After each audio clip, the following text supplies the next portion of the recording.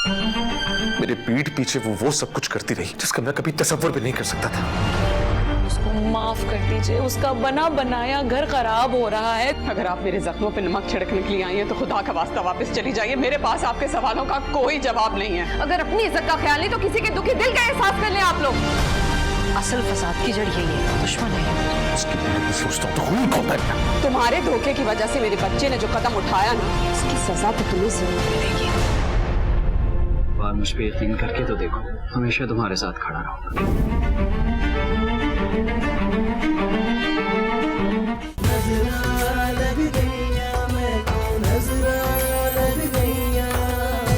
मेरा बच्चा ठीक है? भाभी, भाभी बच्चा है?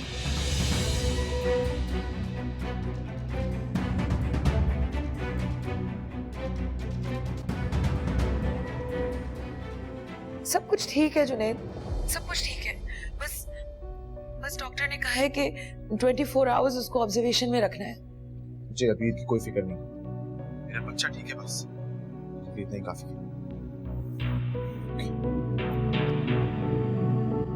बल्कि मुझे तो यहाँ तक डाउट है कि वो खुद से स्लिप नहीं हुई है, उसके हस्बैंड ने उसको धक्का दिया है। अरे डॉक्टर साहिबा, आप किस तरह की बातें कर रही हैं? हम सब मौजूद थे वहां, बल्कि उसका मियाँ तो था ही नहीं वो घर पे। आप और उसकी सास चाहती ही नहीं थी कि बच्चा इस दुनिया में आए। ये आप कैसी बातें कर रही हैं डॉक्टर? खाला बेहद बेचैन थी बच्चे के लिए। ओह, बेचैन? देखें, मैं किसी के दिल का हाल तो नहीं जानती, लेकिन मैं इतना जरूर कह सकती हूँ कि मेरी और अबीर की बहुत गहरी दोस्ती थी। बल्कि अबीर तो मेरे लिए बिल्कुल छोटी बहनों की तरह अजीज थी। मुझे मेरे बच्चे की कसम, मुझे इस बात का बहुत अफसोस है, बहुत तकलीफ है मुझे। देखिए, अगर आप ये चाहती हैं कि मैं कोई केस ना करूं तो ऐसा हरगिज नहीं होने वाला। मैं अभी पुलिस को कॉल कर रही हूँ और अभी उन्हें बुला रही हूँ। देखें, अगर आपने केस किया तो आप अबीर का फायदा नहीं बल्कि नुकसान कर रही होंगी। अगर उसके मियाँ को पता चल गया कि उसका बच्चा नहीं रहा तो वो फौरन उसको तलाक दे देगा, और ये भी हो सकता है कि वो कहीं खुद को ही नुकसान ना पहुंचा दे। प्लीज डॉक्टर, प्लीज, आपको अबीर की खातिर मेरी बात सुननी पड़ेगी। आप ये बात डिस्क्लोज नहीं कर सकती।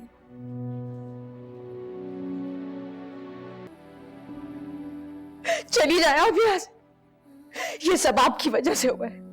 मार दिया ना मेरे बच्चे को आपने, अब सुकून मिल गया? यही चाहती थी ना, मेरा घर बर्बाद करना चाहती थी, मेरी गोद उजाड़ना चाहती थी। अब खुश हैं आप? नहीं अबीर, नहीं, खुदा के लिए ऐसा मत कहो। मैं ऐसा नहीं चाहती थी।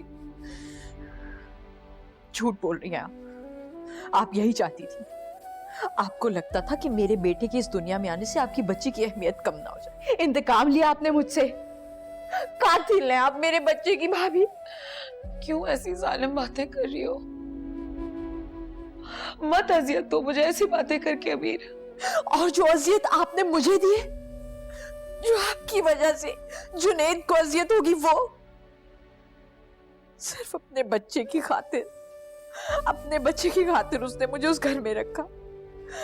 कबूल था उसे मेरा उस घर में रहना। अब जब जुनैद को पता चलेगा कि उसका बच्चा नहीं रहा तो वो क्या हशर करेगा आपका? सोचा है आपने? वो मुझे कभी माफ नहीं करेगा। गिरने की बात सुनकर मैं तो बहुत घबरा गई थी कि कहीं खुदा ना खास्ता बच्चे को कोई नुकसान ना हो गया हो। अल्लाह का शुक्र है, दोनों माँ और बच्चे बिल्कुल सही हैं। बेटा, आप ऐसे में तो अपना बहुत ख्याल रखते हैं। और जो चप्पल तुमने पहनी भी थी ना बेटा, उसे उठाकर फेंक दो, दोबारा पहनने की जरूरत नहीं। जी आंटी। अब मैं हलीमा से बोलूंगी कि तुम्हारा और ज्यादा ख्याल रखें। हलीमा जी अब बूढ़ी हो चुकी हैं, वो कोई भी जिम्मेदारी का काम ठीक से नहीं कर पाती। बेहतर यही होगा कि उनको निकाल के किसी दूसरी मुलाजमा को रखें। अच्छा ठीक है जुनैद, लेकिन तुम हलीमा भी के बारे में ऐसे बात नहीं कर सकती। अम्मी, मैं अपने बच्चे को नहीं खो सकता। शुक्र करो वो ठीक है। इसको यहाँ से लेके घर चले। यहाँ पे इसकी कोई अच्छी केयर नहीं हो रही है। घर पे कम से कम हम लोग तो होंगे। ठीक है, अगर इसकी यही मर्जी है तो फिर डॉक्टर से बात करती हूँ मैं। वो डॉक्टर तो घर जा चुकी हैं, मैं उनको फोन कर लूंगी, समझा दूंगी, वो मान जाएंगी। और जुनैद, जुनैद तुम फिक्र नहीं करो, मैं सब संभाल लूंगी। मैं घर जा रहा हूँ, आप लोग आ जाइएगा। यहाँ एक गाड़ी होना बहुत जरूरी है। मैं और अम्मी तुम्हारे साथ चलते हैं। नाजिश, तुम अबीर और हलीमा भी को लेकर ड्राइवर के साथ आ जाना। जी आ जाएं आप लोग, बाहर इंतजार कर रहा हूँ। मेरी चाय खाना है। आज से आप रात में चाय नहीं पियेंगे, दूध ही पियेंगे।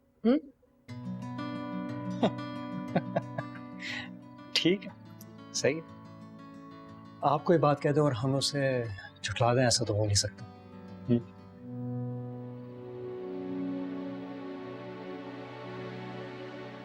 ना मान मत रखा करो मेरा, अल्लाह ना करे कभी टूट गया तो घर से जाऊंगी।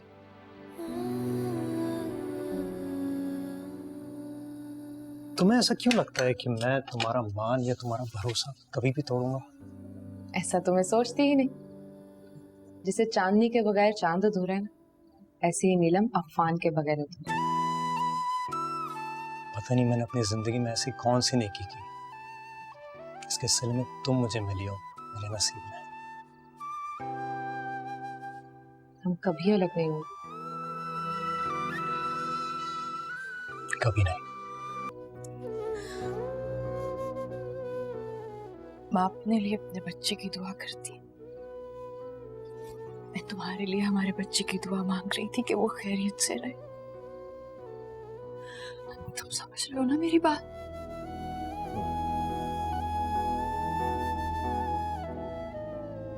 ठीक है, बच्चा बच गया, अच्छी बात है।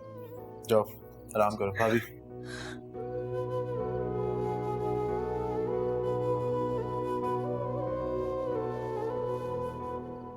उसका चेहरा देखकर ही उसे तसल्ली दे देते। नहीं आता मुझे उसको देखकर है कि मैं तो उसकी शक्ल भी देखना नहीं चाहता।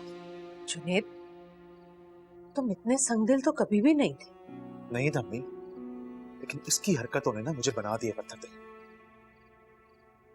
देखो, तुम्हारे दिलो दिमाग में जो भी इसके लिए वहम है, शक है, उसे कुछ दिनों के लिए अपने दिल से निकाल दो।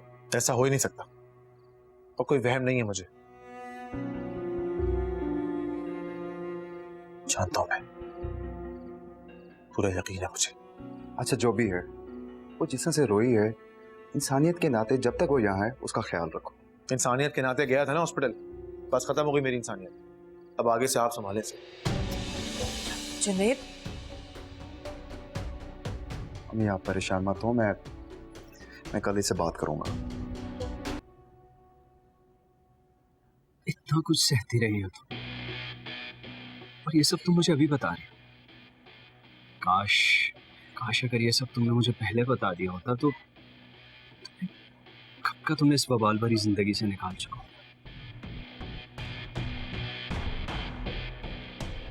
तुम बहुत अच्छी जिंदगी डिजर्व करती हो अभी, बहुत अच्छी। एक बार मुझ पे यकीन करके तो देखो, हमेशा तुम्हारे साथ खड़ा रहूंगा।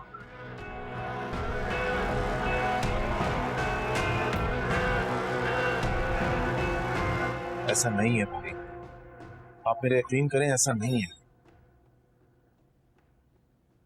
तुम्हारी बात मानता हूँ, हो सकता है तुम ठीक कह रहे हो सकता है जो आयशा आंटी कह रही हैं वो हकीकत हो, लेकिन मेरे भाई कभी कभी हम तस्वीर का सही रुख देख नहीं पाते, और जब वक्त गुजरता है तो हमारे हाथ में सिवाय पछतावे के कुछ नहीं हो।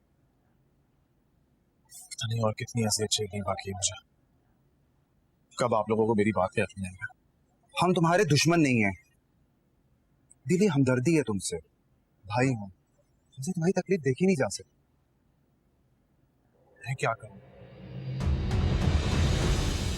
अब जब तुम उसके बच्चे की मां नहीं बनने वाली हो तो इससे पहले कि वो तुम्हें तलाक दे, तुम्हें चाहिए कि तुम उससे खुद खुला ले।